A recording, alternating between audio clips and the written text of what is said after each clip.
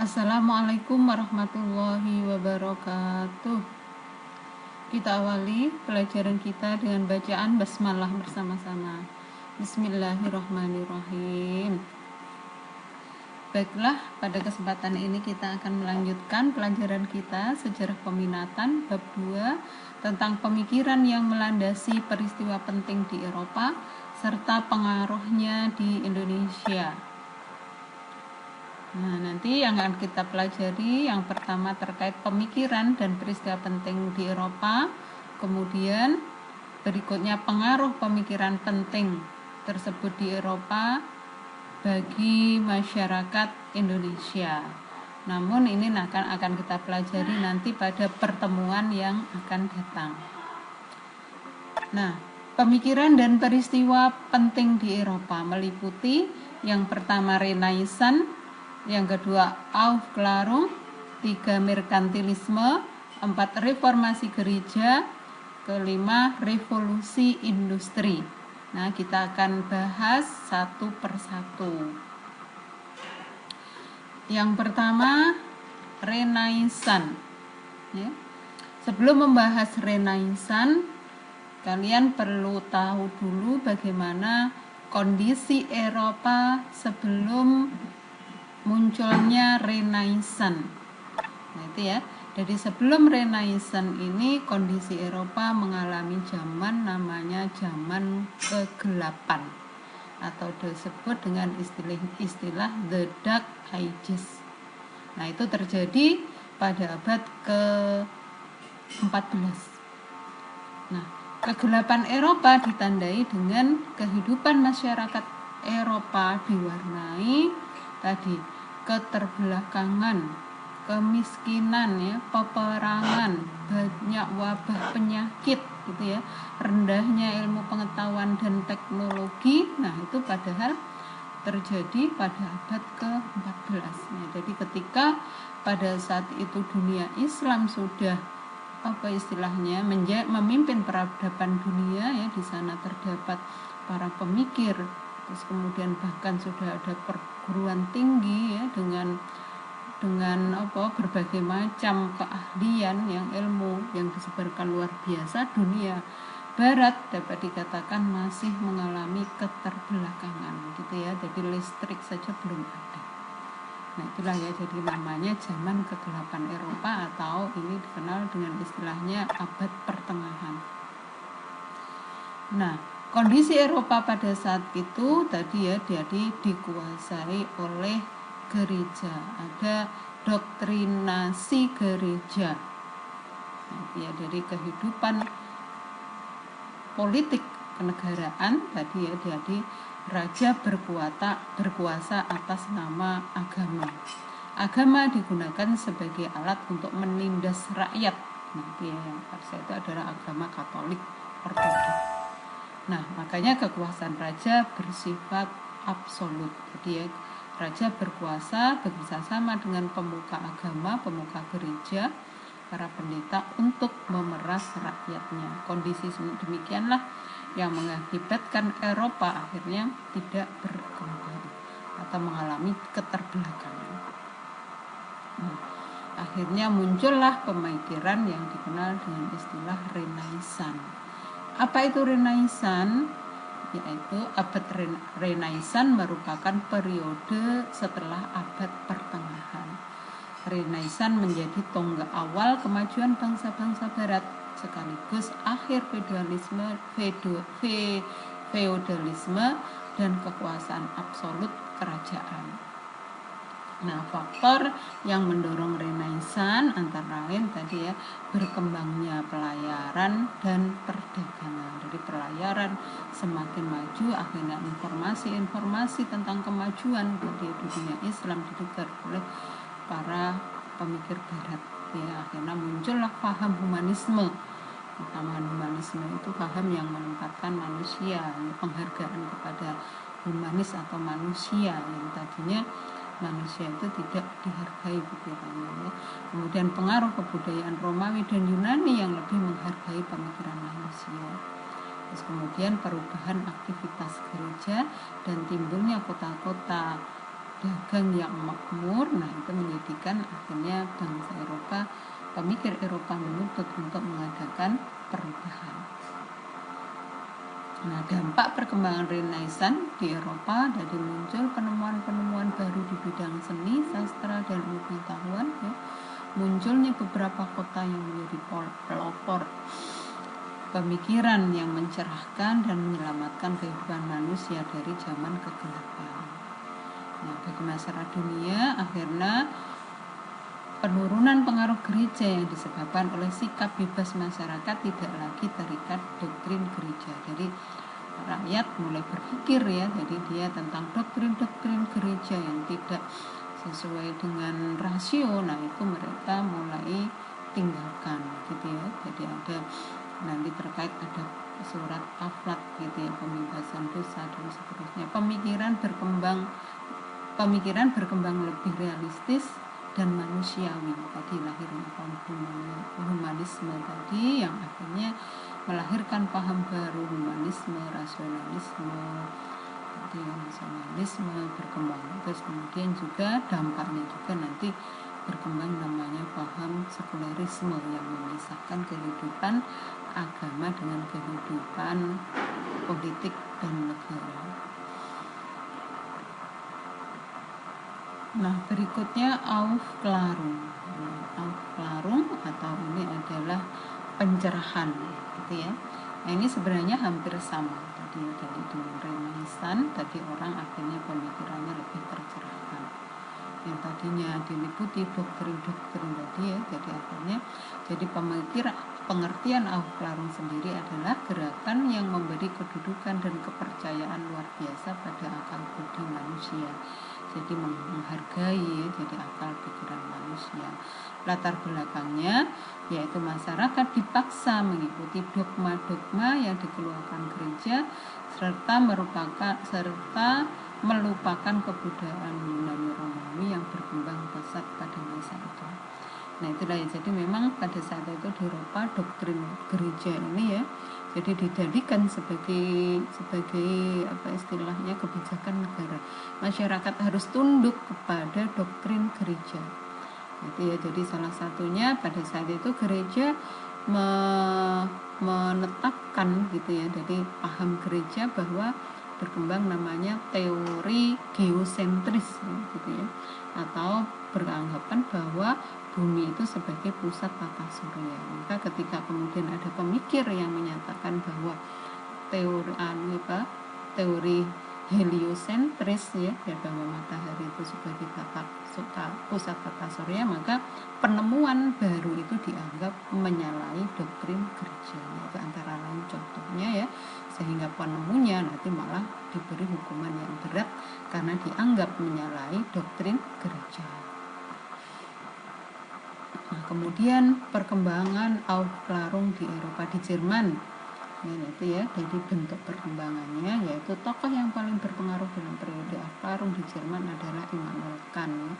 Pemikiran Immanuel dianggap mampu membawa dunia menuju abad pencerahan. Kemudian di Inggris, pemikiran Aufklärung di Inggris ditandai dengan munculnya aliran deisme, yaitu aliran yang mengkritisi setiap ajaran gereja. Tokoh yang mengembangkan Aufklärung di Inggris adalah Edward Herbert. Kemudian di Perancis, di Perancis konsep Aufklärung tadi dibagi menjadi dua, yaitu aliran ensiklopedia dan aliran materialis. Nah, kemudian berikutnya adalah merkantilisme.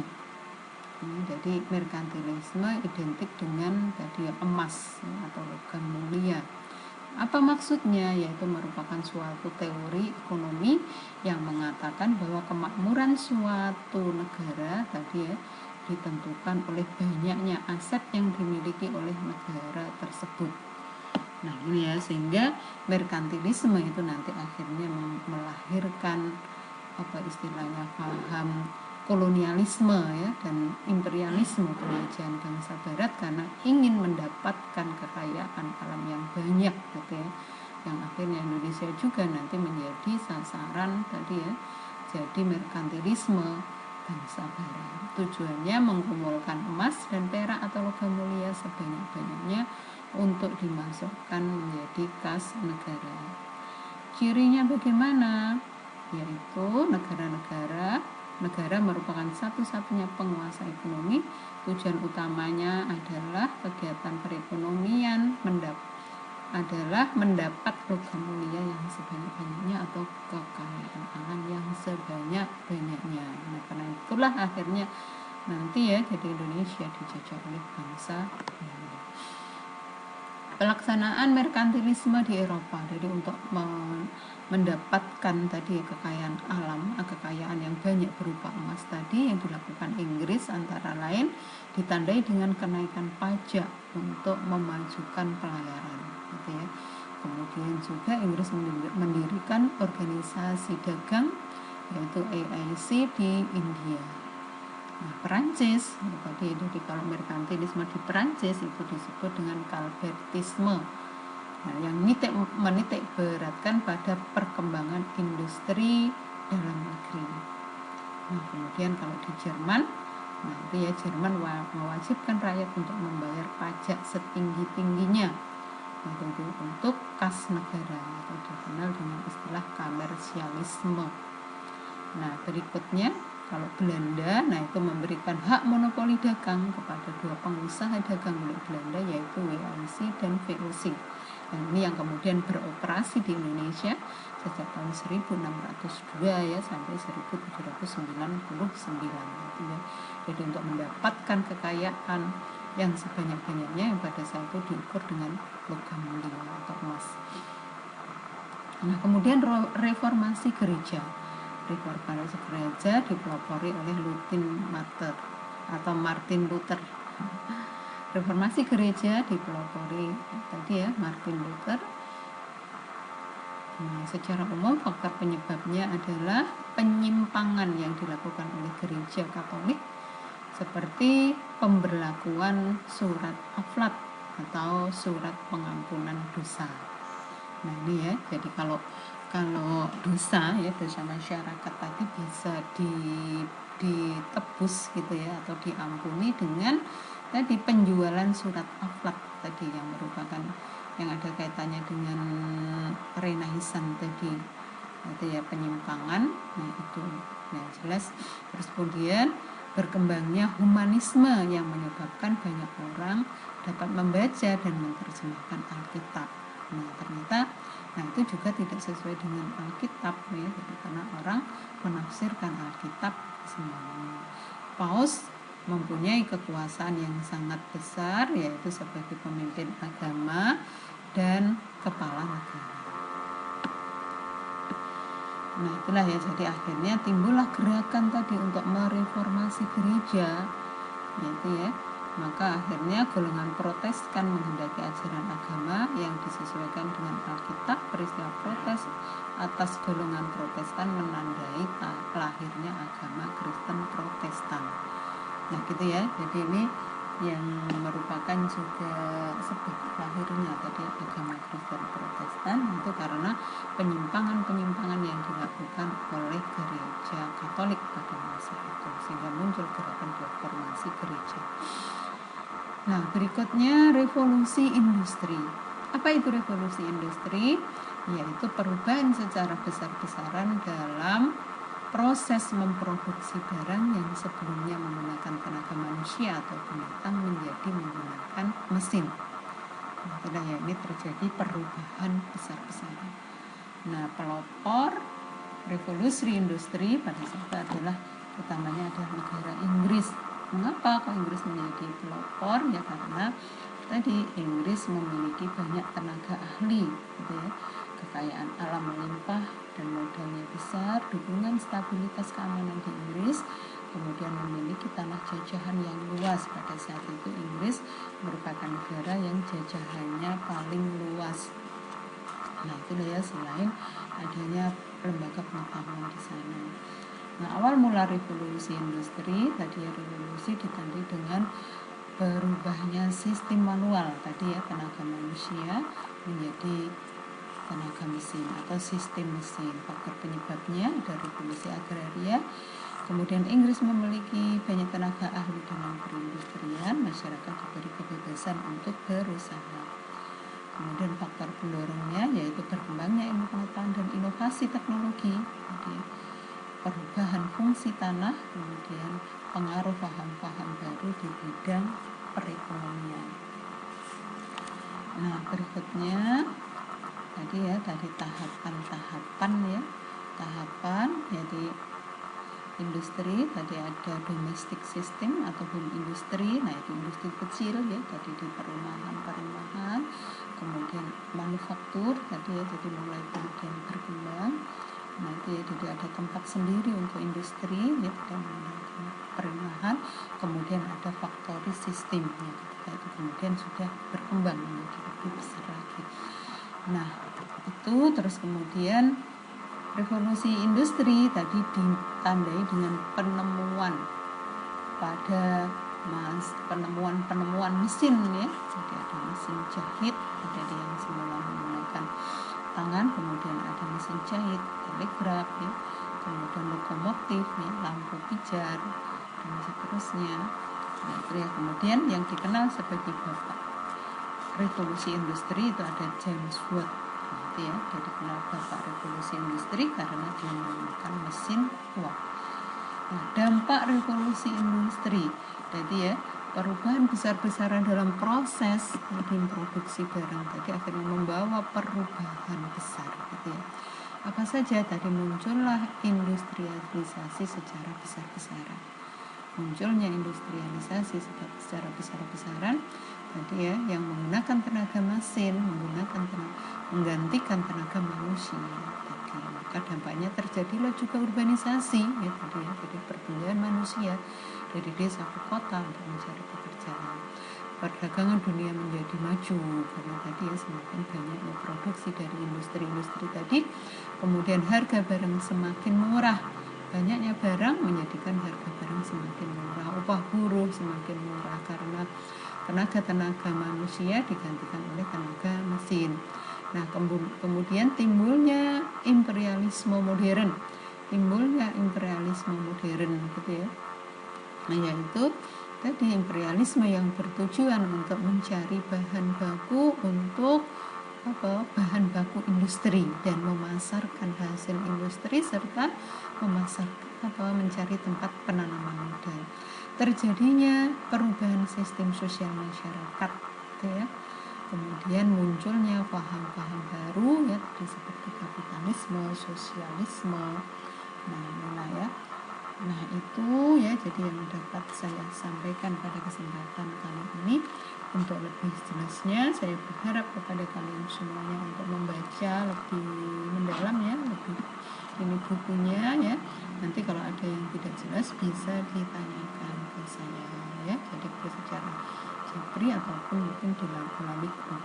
Nah, itu yang bisa saya sampaikan. Ada kurang lebih saya minta maaf. Kita akhiri dengan bacaan alhamdulillah bersama-sama. Alhamdulillahirabbil alamin. Assalamualaikum warahmatullahi wabarakatuh.